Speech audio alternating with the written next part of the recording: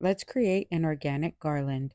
Here I'm taking two 11-inch balloons and I am releasing some air and pushing down on the table in order to get a nice rounded look. I am not looking to size it to something specific. I'm just kind of playing around with the sizes, making sure that one is slightly bigger than the other. They can be almost the same, but with organic garland, you do want to make sure some are also smaller in order to give it that look. Um, and then I am taking my second pair and I am repeating the same process. I am working in clusters of four balloons, so quads.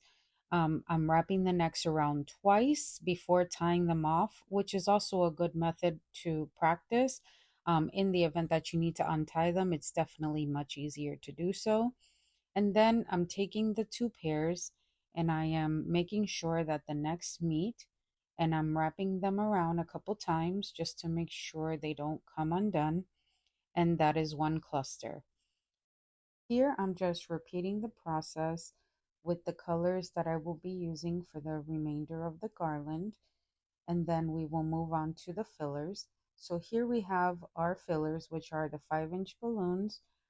These again are not sized to the full 5 inches. However, I did try to make these more equal, um, but it's also not a requirement. Your fillers, sometimes I play around with it and size them differently too, as long as they're less than 5 inches, because that also helps to give it more dimension. Now, the way that I am building my garland, which is one of my favorite methods, is I'm tying balloon ribbon to my first cluster. Each cluster is a set of four, so basically a quad. And then I'm just stacking them in the color order that I want. So I am starting off with red, and then I'll move along in the process based on what I've decided to do for this particular garland. The colors are inspired by Mickey Mouse, so I will be mostly working with the red, black, and yellow.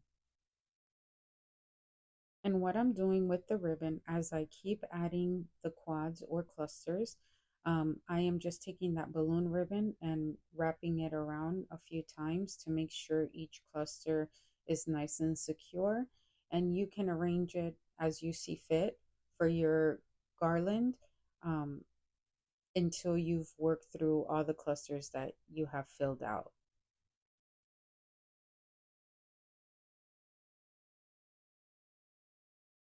And then here I've attached tape and a 260 to the wall in order to hang my garland. And what I'm doing is I'm taking the balloon that sits closest to that to wrap the 260 around it so it's nice and secure to the wall. I repeat that twice, once towards the bottom, once towards the top, as you see there. And then here I have my fillers. I'm attaching it two ways. I have two clusters attached to a 260 balloon, one tied to each end, and individual clusters to rubber bands, which is what I'm doing right here. You can also attach clusters by tying them in with the necks, but those don't allow for any adjustments unless you actually cut them off to move them. So the rubber band one is good in the event that you look back and you don't like it, you can always just take it off and move it somewhere else. This is the final result. Everything is nice and tight.